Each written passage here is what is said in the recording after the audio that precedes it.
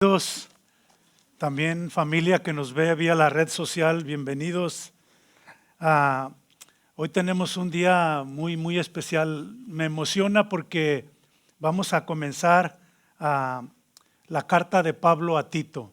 Y aunque nada más por ahí a veces cada 4 semanas, cada 5 semanas, por la gracia del Señor, me toca predicar la palabra, pero vamos a tratar de estudiar este libro, un libro corto, pero un libro muy importante. Y obviamente entonces vamos a empezar con la introducción de esta carta de Pablo a Tito y vamos a tratar de cubrir lo más que podamos. La intención es tratar de cubrir hasta el verso 4 del capítulo 1, pero vamos a empezar con la introducción y a ver hasta dónde llegamos. Esta carta dirigida a Tito, obviamente ya lo dijimos, pero también a los creyentes ahí en la isla de Creta.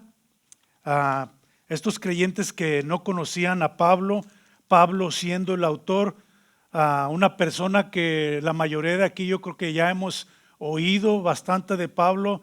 Veamos un poquito quién es Pablo.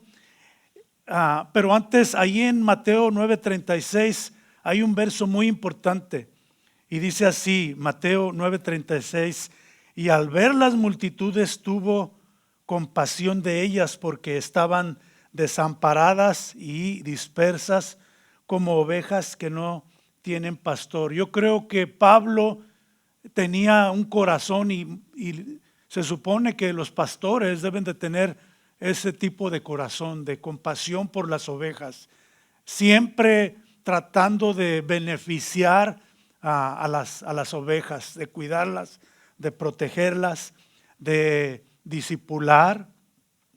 Entonces, Pablo, nacido en Tarso, Pablo es judío, él fue instruido, la mayoría sabe, con el fariseo Gamaliel. Ahí en Filipenses 3:5 vemos, por decirlo así, las credenciales de Pablo, quién era. Filipenses 3:5 y 6 dice Pablo ahí: circuncidado al 8º día, del linaje de Israel, de la tribu de Benjamín, hebreo de hebreos, en cuanto a la ley, fariseo, en cuanto al celo, perseguidor de la iglesia, en cuanto a la justicia que es en la ley, irreprensible. Esa palabra es importante, la explicaremos en un momento.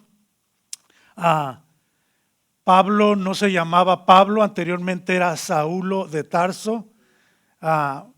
Pablo era muy celoso de su religión, al grado que él pensaba que tenía que proteger su religión, el judaísmo.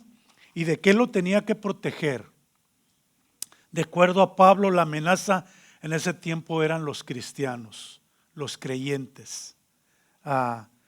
Pablo, entonces, soberanamente era un experto en la ley, equipado con toda la teología judaica para confrontar a los cristianos, ¿verdad?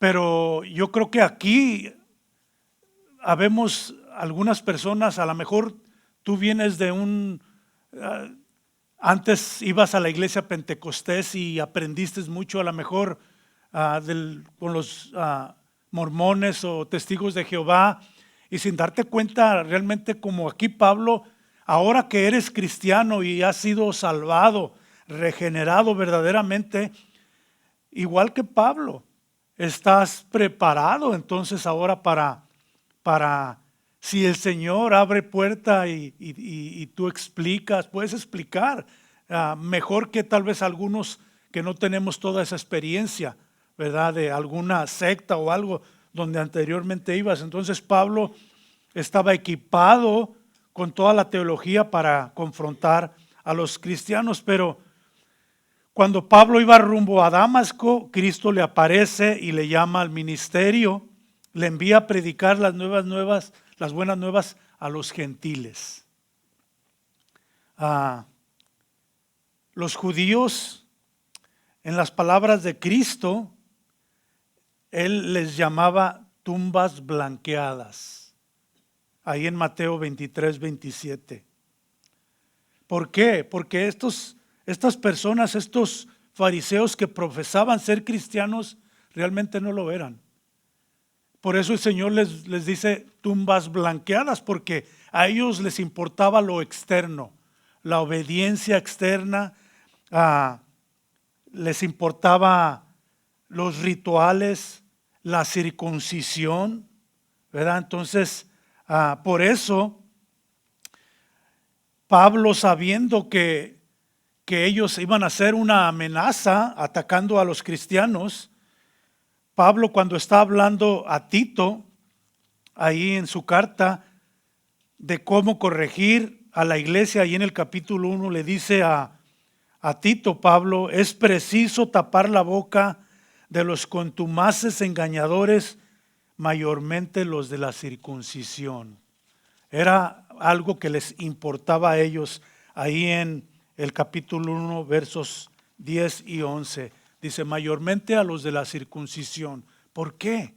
Porque estas personas, ellos creyéndose cristianos, querían imponer, entonces a los verdaderos cristianos querían imponerle que se circuncidaran, que todavía obedecieran la ley, que las obras externas, los rituales. Entonces por eso Pablo les dice eso. Entonces de nuevo Dios preparó a Pablo para ser un experto en la ley de los judíos y así poder refutar sus ideas erróneas. Ahora se sabe que esa carta a Tito se escribió, comentaristas dicen que es la penúltima carta que Pablo escribe antes de su muerte. En la carta a Tito, Pablo lo llama su hijo en la fe, porque lo más posible es que Tito llegó a la salvación por medio del ministerio de Pablo. Tito, un joven que Pablo había discipulado, es un gentil, no es judío. Tito no era circuncidado. Pablo lo menciona ahí en Gálatas 2:3. Entonces, imagínense la tarea que iba a tener que tener Tito, ¿verdad? Iba a tener que ir a la isla de Creta y todas las iglesias ahí estaban en muy mal estado, había mucho legalismo por parte de estos judaizantes y las iglesias no tenían ancianos. Entonces era una tarea que Tito tenía y la intención de Pablo era arreglar esa situación. Entonces Pablo encomienda a Tito y le da el mandato, vas a ir a corregir todo lo deficiente. Y lo deficiente no necesariamente tiene que ver con pecado. Había muchas cosas en la iglesia que tenían que ser corregidas, ¿verdad?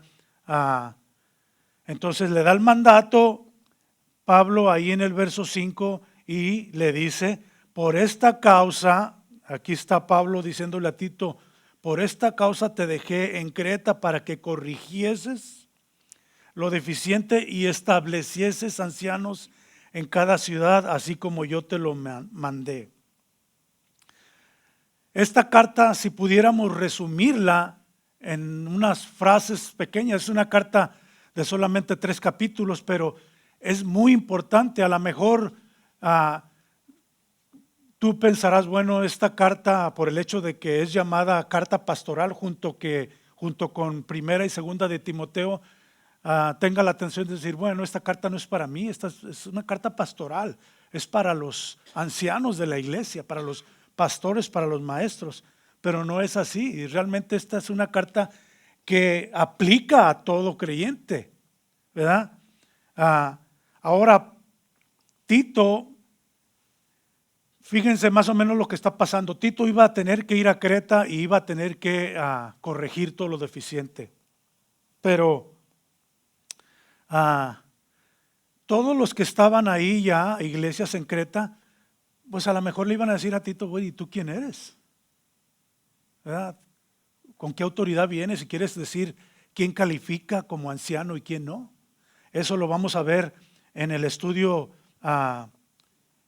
que sigue, donde vemos las calificaciones de los ancianos, qué características deben de tener. Pero entonces Tito se iba a enfrentar a estas personas y estos le iban a decir, pues, ¿quién eres tú? Entonces, Tito necesitaba una prueba de que estaba trabajando bajo una autoridad apostólica. Por eso es que Pablo le envía esa carta a Tito, para que cuando entonces Tito llegara a las iglesias a corregir y los ancianos ahí le dijeran, ¿tú quién eres? Bueno, mira, vengo de parte de Pablo, ¿verdad? Es lo mismo que recuerdan en algunas partes en la Biblia donde, por ejemplo, Moisés dijo, ¿y quién les digo que cuando yo vaya y les diga a los hebreos de que quién me manda? Y el Señor les dices que el que te manda es el yo soy. ¿Recuerdan? También los apóstoles cuando fueron enviados a predicar y se les dio, el Señor Jesús le dio el poder de hacer milagros como una certificación de que eran verdaderos apóstoles que iban enviados de parte del Señor Jesús. Entonces eso es lo que está pasando aquí. Ahora esta carta a Tito, como lo mencioné yo, es un manual, es muy importante porque es un manual para la iglesia. Aquí encontramos la dirección de cómo gobernar, de cómo corregir los problemas en cada iglesia, ¿verdad? De nuevo, por si alguien dice esta carta es solamente para los pastores, y no, realmente esta aplica a todos. Como lo sabemos, hay una escritura ahí en 2 de Timoteo capítulo 3 versos 16 y 17 y dice así: toda escritura es inspirada por Dios y útil para enseñar, para redarguir, para corregir, para instruir en justicia, a fin de que el hombre de Dios sea perfecto, enteramente preparado para toda buena obra, incluyendo la carta a Tito, primera y segunda de Timoteo. Toda la escritura, ¿verdad? Ahora más o menos un bosquejo, un esqueleto de qué es lo que realmente vamos a esperar en la carta de Pablo a Tito. En el capítulo 1 Pablo trata con los líderes. En los capítulos 2 y 3 Pablo habla de doctrina, esa doctrina que produce frutos en la vida de las personas, produce vidas santas que terminan en el cielo, en la vida eterna. Esta básicamente es el contenido del libro, de esta carta de Pablo a Tito. También podríamos decir, bueno, ¿cuál es la tarea? ¿Qué es lo que está en la mente de Pablo? Pablo quiere, esta es una carta, podríamos decir, evangélica, porque Pablo quiere ir a corregir, quiere ir que Tito corrija, pero quiere que se predique el evangelio. Pablo, esa era su tarea, y eso es algo que tenemos que tener siempre nosotros en mente, porque Pablo quería ir, predicar el evangelio como un enviado, como un esclavo de Dios, ir y compartir el evangelio para aquellos escogidos de Dios desde antes de la fundación del mundo, escucharan la palabra de Dios, vinieran a la fe, produjeran fruto y terminaran en la vida eterna. Eso es básicamente de lo que va a tratar todo el libro. Este es el contenido. Vayamos entonces al texto, Tito 1, versos 1 al 4, y dice así: Pablo, siervo de Dios y apóstol de Jesucristo, conforme a la fe de los escogidos de Dios y el conocimiento de la verdad que es según la piedad, en la esperanza de la vida eterna, la cual Dios, que no miente, prometió desde antes del principio de los siglos. Verso 3, y a su debido tiempo manifestó su palabra por medio de la predicación que me fue encomendada por mandato de Dios nuestro Salvador. A Tito, verdadero hijo en la común fe, gracia, misericordia y paz de Dios, Padre, y del Señor Jesucristo, nuestro Salvador. Entonces, carta importante, solamente 3 capítulos, y vamos a tratar entonces ahora de ver estos 4 versos a detalle. Y de nuevo vemos ahí el verso 1 y dice: Pablo, siervo de Dios y apóstol de Jesucristo. Pablo aquí se describe empezando con 2 títulos. Primero dice siervo de Dios y luego dice y apóstol de Jesucristo. Siervo en el griego, muchos ya saben, significa esclavo. Entonces Pablo está diciendo que es un esclavo, pero también dice que es de Dios. La idea es que Pablo pertenece a Dios. Pablo en ningún momento pretende ser alguien importante.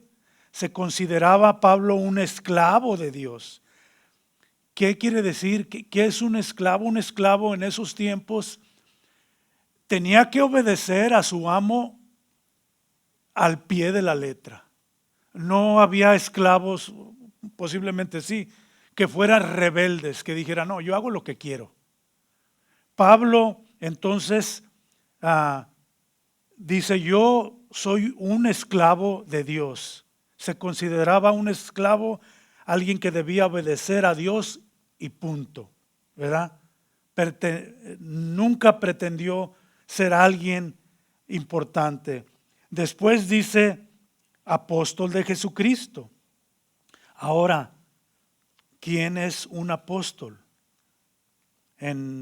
Ahorita a lo mejor en estos tiempos le damos una importancia a la palabra un apóstol, ¿verdad? Decimos, un apóstol. Ahorita ya no hay apóstoles, ¿verdad? Un apóstol tenía que haber visto al Señor Jesús resucitado.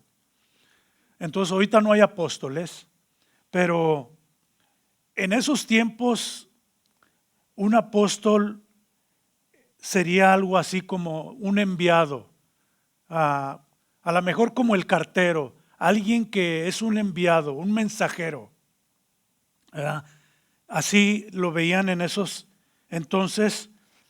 Un enviado, viene el cartero, ahora puede ir el cartero a tu casa y llevarte una carta que a lo mejor viene de alguien que tú no lo consideras con mucha importancia, ¿verdad? A lo mejor viene de algún familiar o una carta simplemente así.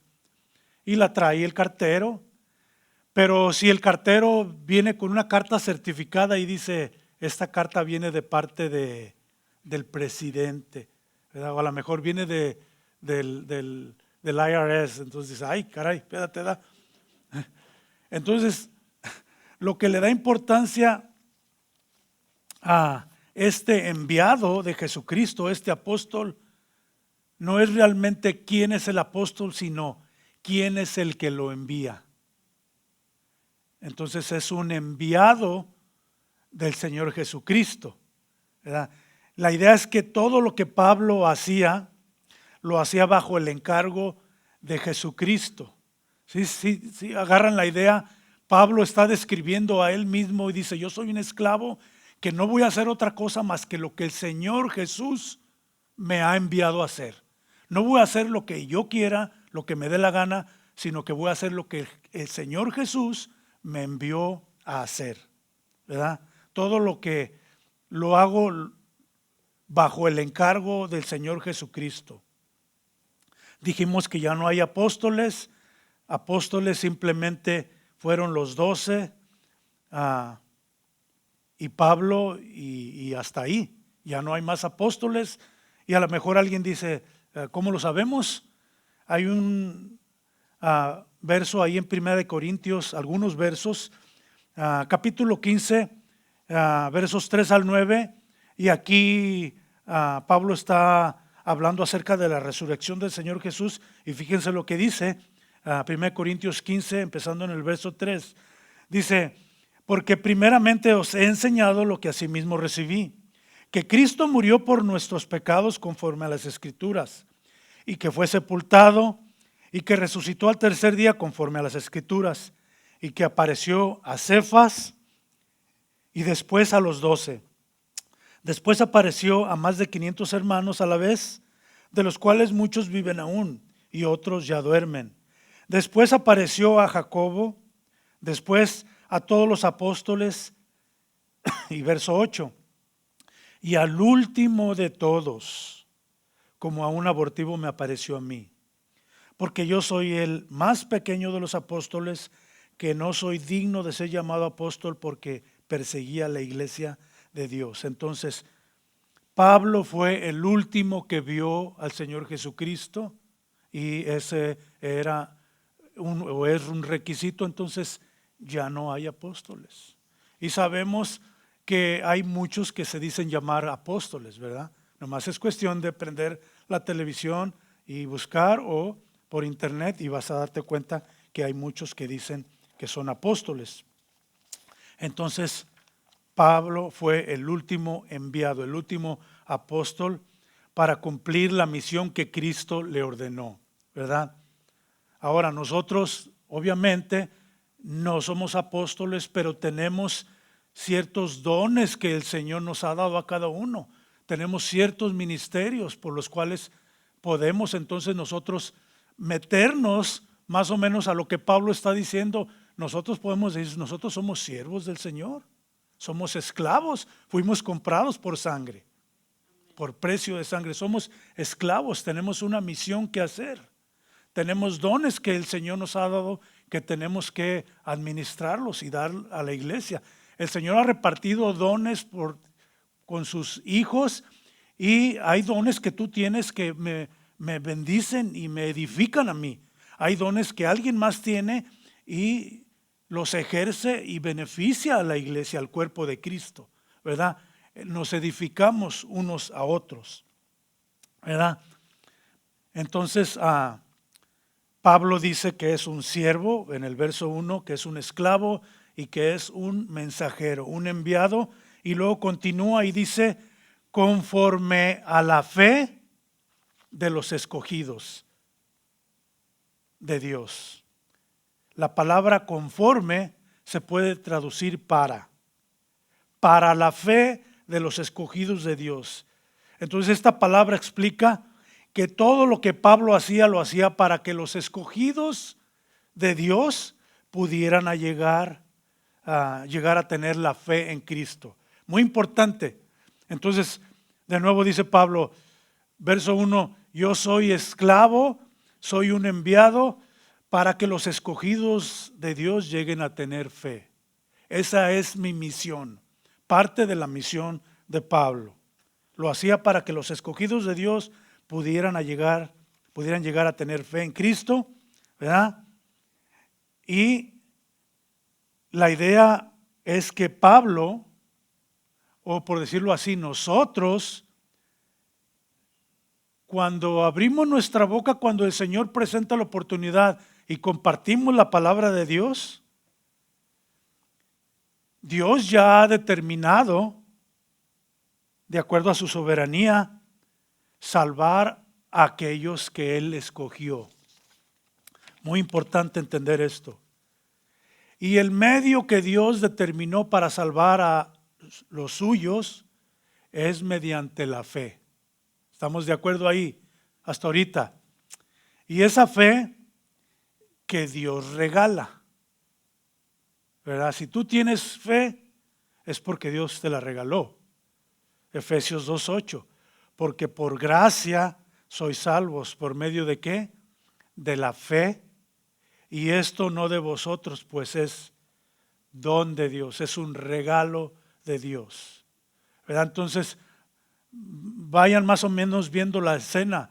Pablo dice, soy un esclavo que voy a hacer nada más que lo que el Señor me quiera que yo haga, ¿verdad? Entonces, voy a ir a predicar el evangelio a aquellos que el Señor ya escogió para que lleguen a tener fe. De acuerdo a la palabra de Dios, entonces hay escogidos que todavía no han creído. Hay personas que todavía no han venido en arrepentimiento y fe al Señor, pero que ya son escogidos.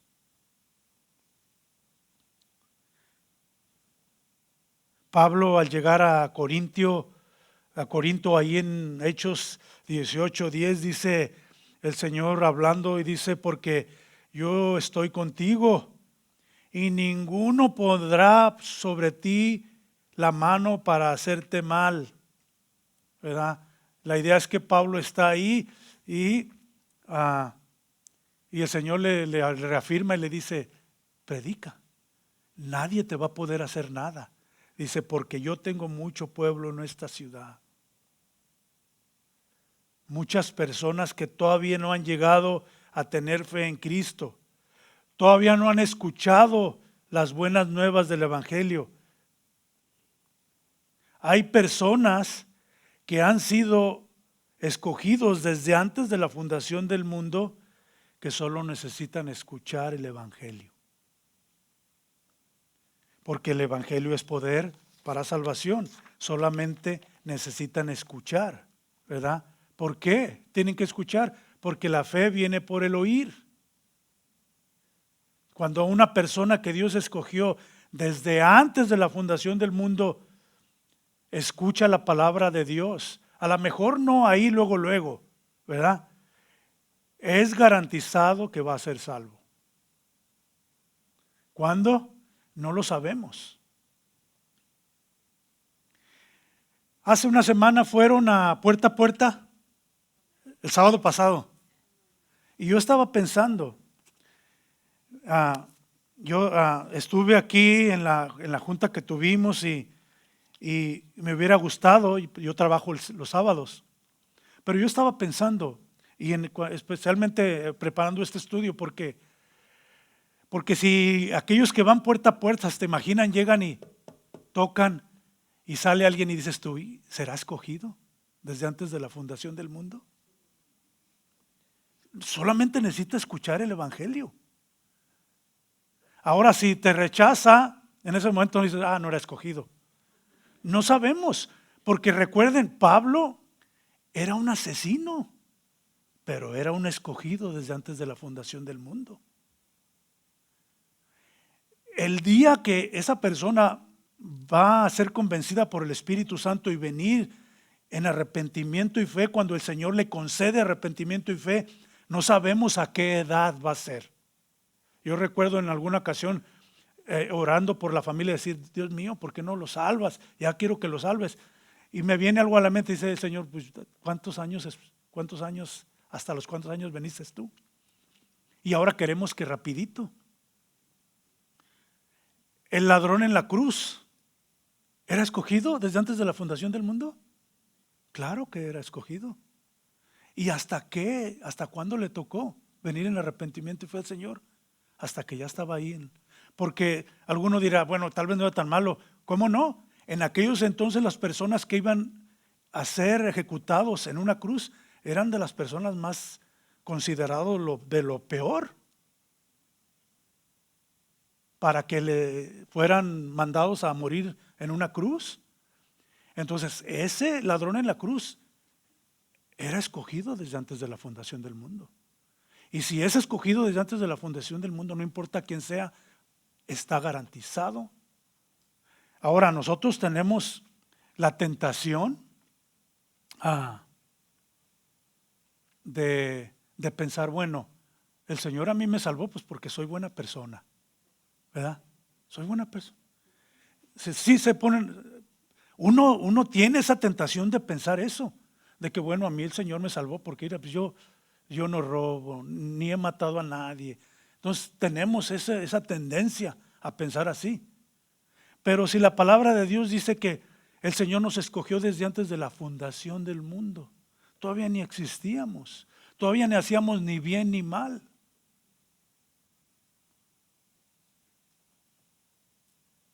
Entonces el Señor nos salva simplemente porque Él quiere.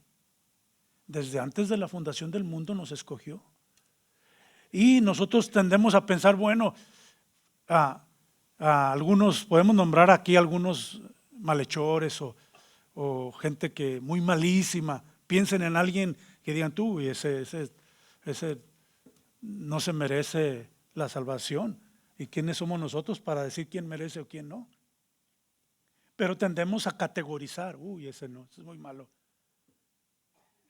¿verdad?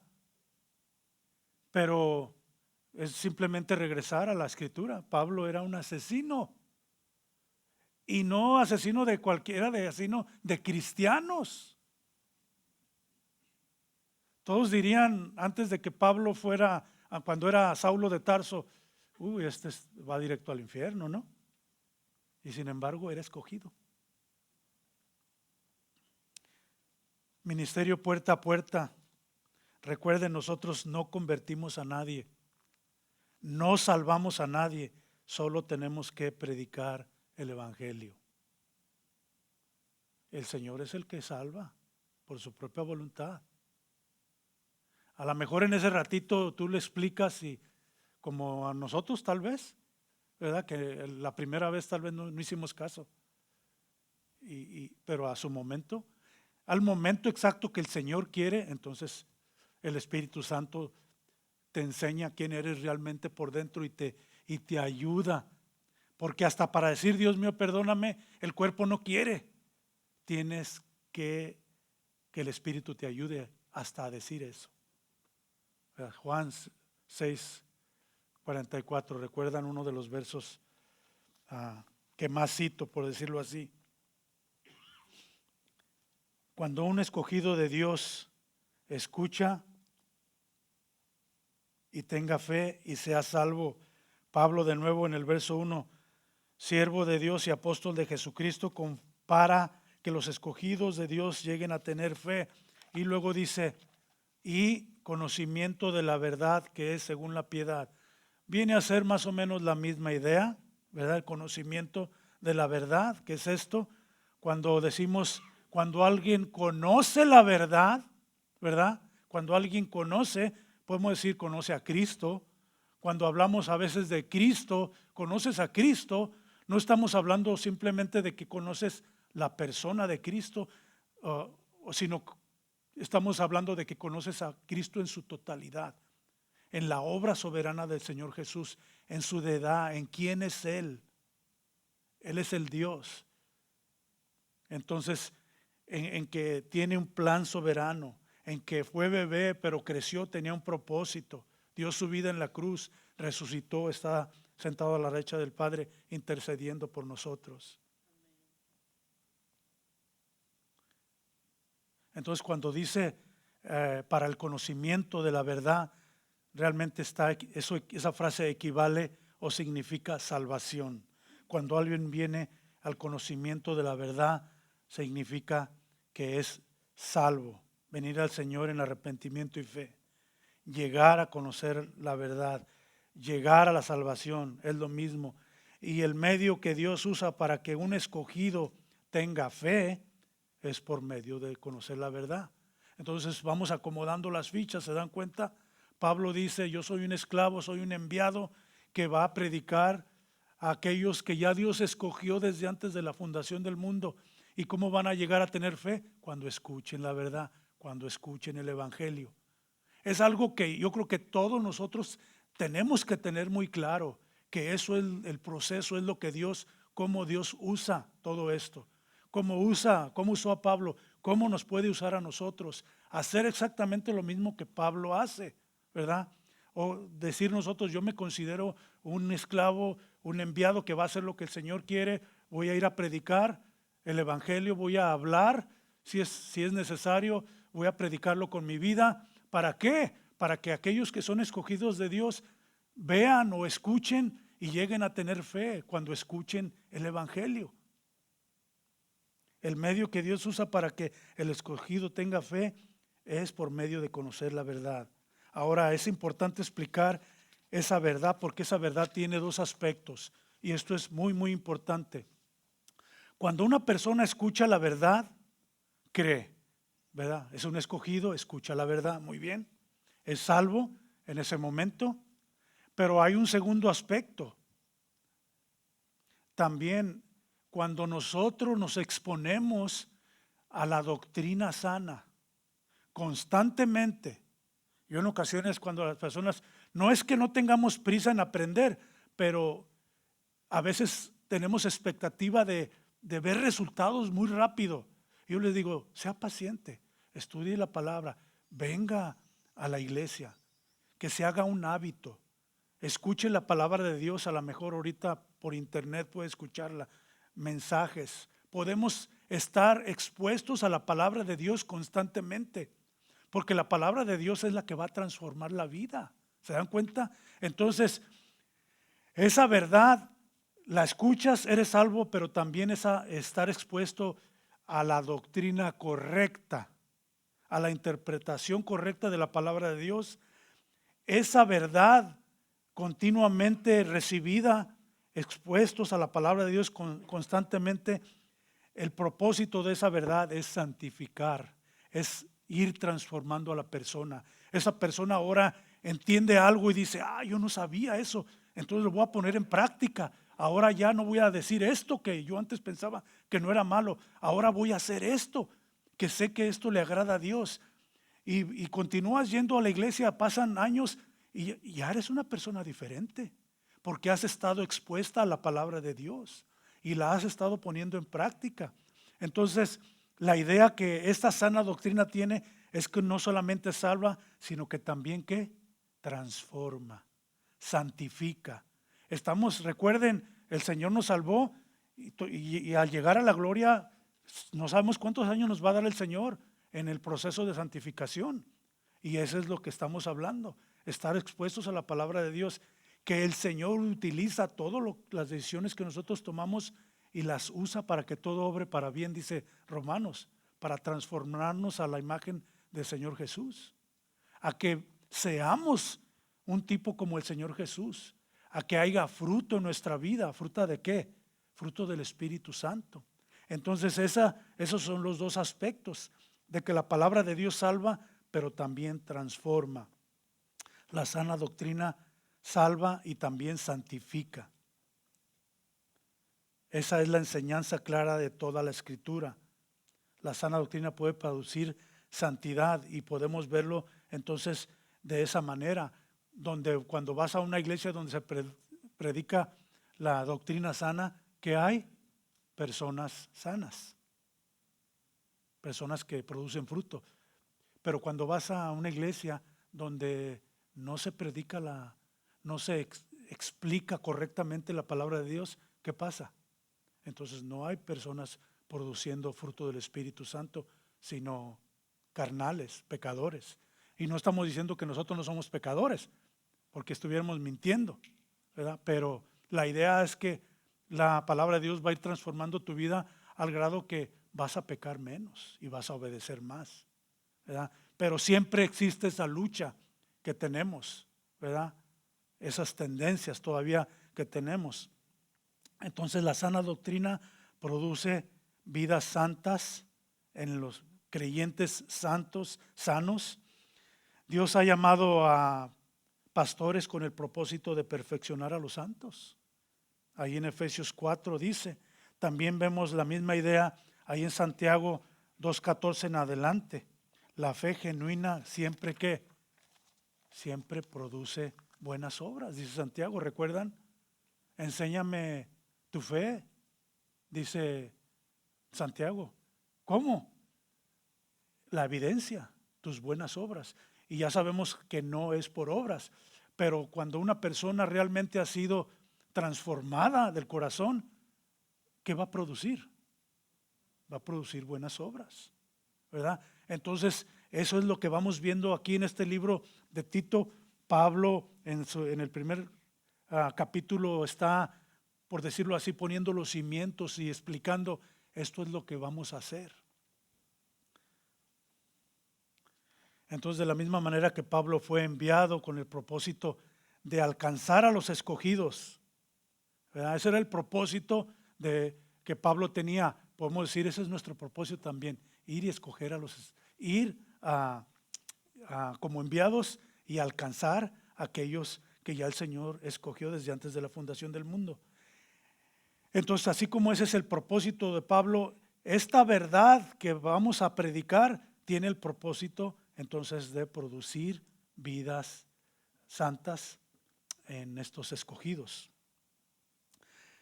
Ser hacedores de la palabra y no solamente oidores, dice Santiago 1:22, un verso que muchos a veces lo citamos, lo conocemos, ¿verdad?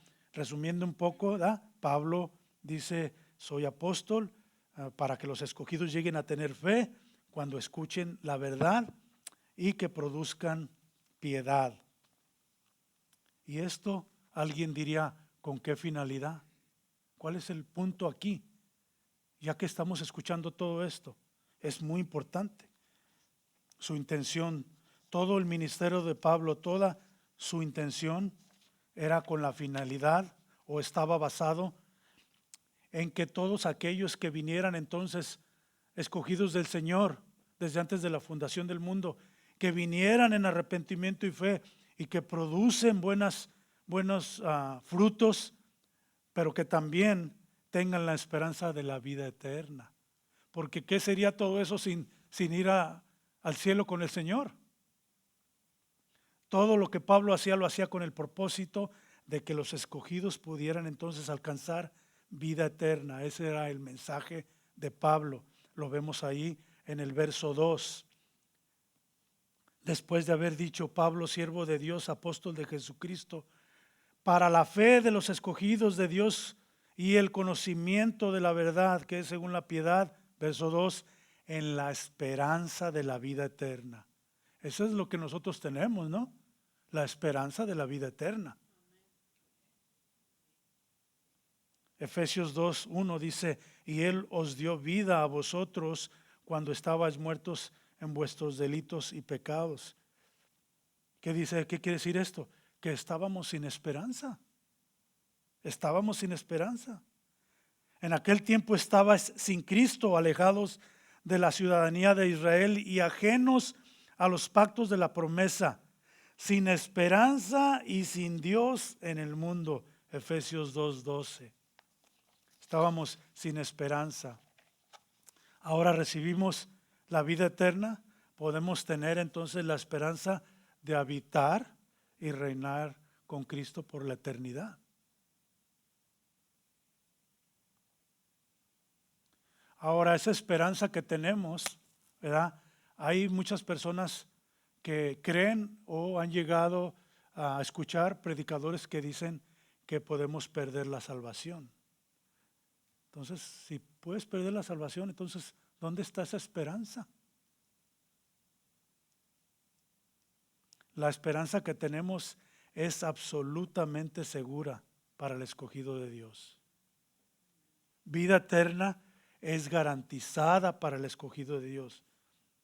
Como lo sabemos, mismo verso 2 más adelante dice, en la esperanza de la vida eterna, la cual Dios que no miente, prometió desde antes del principio de los siglos. Si Dios prometió, si Dios lo prometió, Dios no miente, dice Pablo.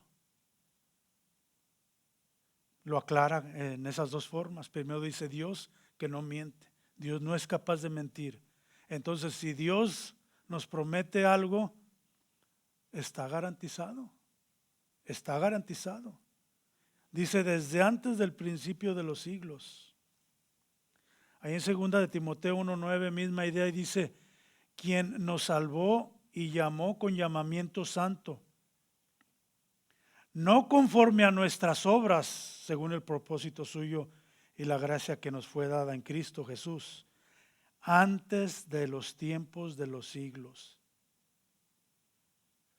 Y de nuevo regresamos al punto que yo explicaba hace un momento, de que tenemos la tendencia a que de alguna manera nosotros contribuimos a nuestra salvación, pero sabemos que la salvación nunca ha sido por mérito humano. Nunca ha sido por mérito humano. Porque sabemos eso. Todavía ni siquiera nacíamos y el Señor ya nos había escogido y el Señor que no miente está garantizado que va a suceder. Entonces, ¿qué es lo que está tratando de decir aquí Pablo? Que debemos tener la confianza que en el Señor estamos seguros. De que si el Señor dijo que nos que somos escogidos desde antes de la fundación del mundo, va a suceder. Y Pablo dice, todo lo que hago entonces, y esa mentalidad nosotros deberíamos de tener, es para que los escogidos sean santificados, para que puedan recibir la vida eterna. Van a recibir la vida eterna. Otra vez, una pregunta. Recuerden, siempre leemos las Escrituras, debemos hacer esas preguntas. ¿Por qué? ¿Por qué está diciendo aquí Pablo esto? ¿Por qué está diciendo el Señor Jesús aquí esto? ¿Por qué van a recibir vida eterna? Porque Dios, Padre, prometió a su Hijo que le daría una esposa. ¿Quién es esa esposa? La iglesia, todos nosotros. Entonces el Señor le prometió a su Hijo que le iba a dar una esposa, que somos todos los cristianos, todos los escogidos, la iglesia. Verso 3, y a su debido tiempo manifestó su palabra por medio de la predicación, que me fue encomendada por mandato de Dios nuestro Salvador. Entonces, la vida eterna fue prometida en la eternidad pasada, pero dice que fue ocultada al hombre hasta su debido tiempo. ¿Cuál tiempo? ¿De qué tiempo está hablando aquí? El tiempo del Señor Jesús. La idea es que Dios prometió la vida eterna, pero ocultó esa promesa de vida eterna en el Antiguo Testamento. ¿No sabían de todo esto? ¿Hasta cuándo? Hasta el momento que la manifestó, hasta el momento que manifestó su mensaje. ¿Cuál mensaje? El Evangelio, el mensaje del Evangelio. En los tiempos de Jesús y de Pablo, el mensaje de las buenas nuevas acerca de Cristo. Eso es de lo que está hablando, de la palabra encarnada, el verbo hecho carne. Es un mensaje que fue oculto en los días pasados. Pablo hace referencia a eso ahí en Efesios 3, 1 al 7, y dice, por esta causa yo, Pablo, prisionero de Cristo Jesús, por vosotros los gentiles, si es que habéis oído de la administración de la gracia de Dios que me fue dada para con vosotros, que por revelación me fue declarado el misterio como antes lo he escrito brevemente, leyendo lo cual podéis entender cuál sea mi conocimiento en el misterio de Cristo. Verso 5, misterio que en otras generaciones no se dio a conocer a los hijos de los hombres, como ahora es revelado a sus santos apóstoles y profetas por el Espíritu, que los gentiles son coherederos y miembros del mismo cuerpo y copartícipes de la promesa en Cristo Jesús por medio del Evangelio. Ahí está, del cual yo fui hecho ministro por el don de la gracia de Dios que me ha sido dada según la operación de su poder. Entonces, Dios decidió que la manera por la cual Él iba a revelar su mensaje fuera por medio de la predicación del Evangelio. Entonces, y a su debido tiempo manifestó su palabra por medio de la predicación que me fue encomendada, dice Pablo, ahí. Y al final, Pablo expresa un deseo sincero a Tito, ahí en el verso 4, y dice a Tito, verdadero hijo en la común fe, gracia, misericordia y paz de Dios Padre y del Señor Jesucristo nuestro Salvador. Importante recalcar que Pablo le dice a Tito, verdadero hijo en la común fe. Verdadero hijo en la común fe. A nosotros ahorita en este tiempo no nos sorprende leer eso, ¿verdad? Como que Pablo diga, verdadero hijo en la común fe. Muy bien. Pero recuerden que en esos tiempos, Tito siendo gentil, ustedes recuerdan lo que pasó ahí en Hechos cuando Pedro ve el lienzo y el Señor le dice, mata y come, y le está tratando de explicar que lo que él limpia no lo llamemos inmundo, porque Pedro le dice, no voy a matar y comer porque son animales inmundos. Pero el Señor le estaba tratando de explicar que los gentiles también iban a recibir la salvación, porque Pedro iba a ir a la casa de Cornelio, el centurión, con toda su familia, y todos ellos eran gentiles. Y en esos tiempos un judío no iba a andar con un gentil, menos entrar a su casa. Y si recuerdan, ahí en el capítulo 11 de Hechos, versos 17 y 18, Pablo está explicándoles todo lo que pasó, que fue a la casa de Cornelio y que predicó ahí con él y que bajó el Espíritu Santo y les dice, y todos empezaron a hablar como cuando nosotros el día del Pentecostés. Entonces dice ahí en el verso 17, si Dios pues les concedió también el mismo don que a nosotros que hemos creído en el Señor Jesucristo, dice Pedro, ¿quién era yo que pudiese estorbar a Dios? Si Dios decidió también darle vida eterna a los judíos, a los gentiles, dice Pedro, ¿quién era yo para impedirlo? Dios es Dios y Él hace lo que a Él le place. En el verso 18 dice, entonces oídas estas cosas, callaron. La idea es que los demás discípulos estaban cuestionando a Pedro y diciéndole, ¿por qué te fuiste a meter a la casa de los gentiles? Y Pablo explicaba, entonces después ellos, dice, entonces oídas esas cosas, callaron, y luego ¿qué? Y dice, y glorificaron a Dios diciendo, de manera que también a los gentiles ha dado Dios arrepentimiento para vida.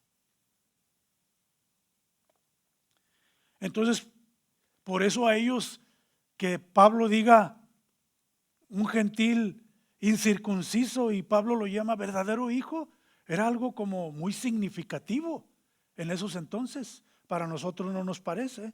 Para nosotros decimos, bueno, Pablo, ¿verdad?, está llamando a Tito verdadero hijo en la común fe.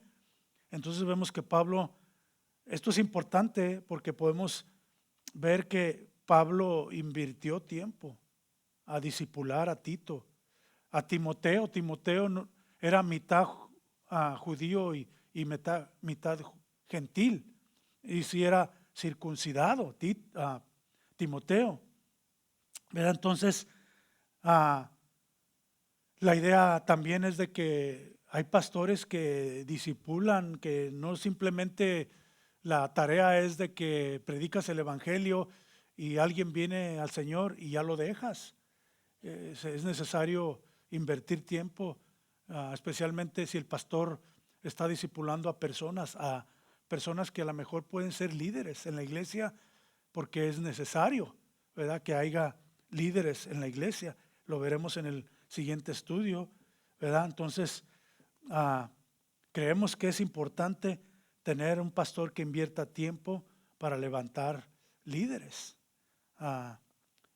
Y dirá alguien, ¿pero para qué? Bueno, recuerdan a Moisés, su suegro Yetro le da el consejo, dice, tú solo no vas a poder, tienes que delegar, ¿verdad?, autoridad a personas para que te ayuden en la obra del Señor. Y es lo mismo en la iglesia, tiene que haber líderes que ayuden con las cargas, ¿verdad?, para que la iglesia sea guiada correctamente, ¿verdad? Entonces, en Timoteo y también en este libro vamos a encontrar más adelante responsabilidades o actitudes que califican a un anciano, a un pastor, a un diácono, a un maestro. Entonces continúa Pablo y dice, verso 4, Tito, verdadero hijo en la común fe, y luego dice, gracia, misericordia y paz de Dios Padre y del Señor Jesucristo nuestro Salvador. Entonces Pablo termina con un saludo, podríamos decir normal, como en muchas otras cartas Pablo termina. En la Biblia, gracia, cuando hablamos de esa palabra gracia, lo hemos explicado en algunas otras ocasiones, gracia y misericordia, ¿qué son? Bueno, gracia es un regalo que Dios da, algo que Dios da sin merecerlo. Y misericordia es que no nos da lo que nos merecemos. Merecemos la muerte en el infierno y Dios dice, voy a tener misericordia de ti. Pero no has hecho nada para ganarte mi gracia, pero aún así yo te regalo mi gracia. Entonces Pablo por lo regular en sus cartas termina diciendo esto, ¿verdad? Gracia, misericordia y paz. Ahora también esa palabra importante cuando dice paz, ahí en Juan 14:27, no están las notas, pero me acuerdo ya haber hablado, donde el Señor Jesús dice, la paz os dejo, mi paz os doy. ¿Recuerdan esa escritura? El Señor hablando y dice, la paz os dejo, y luego dice, mi paz os doy. Está hablando de dos diferentes tipos de paz. La primera paz es una paz objetiva, es una paz en la cual nosotros no tenemos nada que ver. Es el trabajo del Señor Jesús en la cruz. Mediante su muerte en la cruz, mediante el sacrificio, el derramamiento de su sangre, entonces es que ahora tenemos paz para con Dios, porque éramos enemigos. Entonces Dios proporcionó ese camino, ahora tenemos paz, ahora podemos ser reconciliados. Pero cuando dice después, mi paz os doy, está hablando de esa paz que sobrepasa todo entendimiento. Esa paz que mencionaba Víctor cuando dijo, esa paz que cuando todo está de cabeza, cuando llega inclusive hasta la muerte de un ser querido y tú tienes esa paz que sobrepasa todo entendimiento. Pero esa paz no la puedes tener si no tienes primero la paz objetiva, sin haber hecho primero haber venido en arrepentimiento y fe al Señor. Si no, vas a tener la paz que el mundo ofrece, esa paz que es basada en circunstancias. Si tienes trabajo, si tienes salud, si todo está bien con la familia, uy, qué bonita paz tenemos. Pero en el momento que todo se voltea de cabeza, ya no tienes esa paz, porque tu paz era basada en las circunstancias de la vida. Y esta paz de la cual habla el Señor, cuando dice, mi paz os doy, está hablando de esa paz que aunque todo esté en contra, tú sigues teniendo paz. ¿Por qué? Porque entiendes que el Señor está en control de todo, que hay propósitos, que en muchas ocasiones el Señor usa todas esas cosas para refinarnos, para fortalecernos. Y cuando hablamos de esa palabra fortalecer, hablamos de no nomás fortalecer en un solo momento, creo que lo he explicado en algunas otras ocasiones, es para continuar a través de toda la vida hasta que el Señor nos lleve, de seguir fortalecidos. No nomás fuerzas por ese ratito, está bien, sí, pero para continuar, porque la vida viene con tropiezos y viene con circunstancias, pruebas de la vida, y quieres seguir siendo fortalecido. Entonces, eso es lo que Pablo le dice. Es un deseo bueno, ¿verdad? Como cuando nosotros le decimos a las personas que el Señor los bendiga, ¿verdad? Dios le dé paz, es un deseo bueno. Y es lo que está diciendo Pablo a Tito aquí. Gracia, misericordia y paz de Dios, Padre, y de nuestro Señor Jesucristo, ¿verdad? Entonces, ya lo mencionamos, qué es lo que está pasando aquí. El Señor nos puede usar igual que a Pablo, y lo que Pablo que dijo, soy un siervo, soy un esclavo, soy un enviado, cuando dice apóstol. ¿Para qué, Pablo? Porque hay escogidos de Dios que todavía no escuchan el Evangelio y yo voy a ir a predicarles. Y cuando escuchen la palabra de verdad van a llegar a tener fe, que el Señor les regala esa fe, resumiendo. Y entonces estas personas van a continuar en la iglesia y van a producir fruto, van a ser santificados y al final van a ir al cielo. Esa es toda la finalidad. Eso es algo que debemos de tener en mente todos nosotros. Eso es lo que Pablo está diciendo aquí en estos primeros 4 versos. Y termina y dice, gracia y paz, que el Señor te bendiga, Tito, el Señor Jesucristo, nuestro Salvador. Y nosotros no tenemos tal vez el mismo ministerio que Pablo y otros, unos tienen un cierto ministerio, otros otro, pero debemos administrarlo con esa mentalidad, con esa mentalidad. Vamos a terminar la próxima vez que nos toque el estudio, lean el libro de Tito. Nomás cubrimos versos 1 al 4. Lean Tito, es una carta realmente corta, pero de mucho significado, muy importante. Y para la próxima vez que, si el Señor permite, continuamos en el libro de Tito. Oremos para terminar. Señor, te damos gracias, Padre Santo. Rogamos, Padre, que Señor pongamos en práctica todo esto, Señor. Que haya sido tú exaltado y glorificado, Padre Santo. Que nos enseñe, Señor, que, Señor, pongas personas, Señor, que podamos entonces nosotros con nuestros hechos, Señor, predicar tu evangelio, y si es necesario que abramos nosotros nuestra boca para predicar tu palabra, Señor Santo. Te damos gracias, rogamos, Padre Santo, que al terminar este servicio, Señor, nos lleves con bien a donde quiera que vayamos, Señor. Te agradecemos, Señor, por todos los servidores aquí, Señor, que de alguna manera, Señor, están cumpliendo su ministerio. Reafírmanos, Señor, ayúdanos a saber que todo esto lo estamos haciendo, Señor, con el simple hecho de traer honra y gloria a ti, Señor, y que podamos edificarnos, Señor, unos a otros con esos dones que tú libremente has repartido, Señor.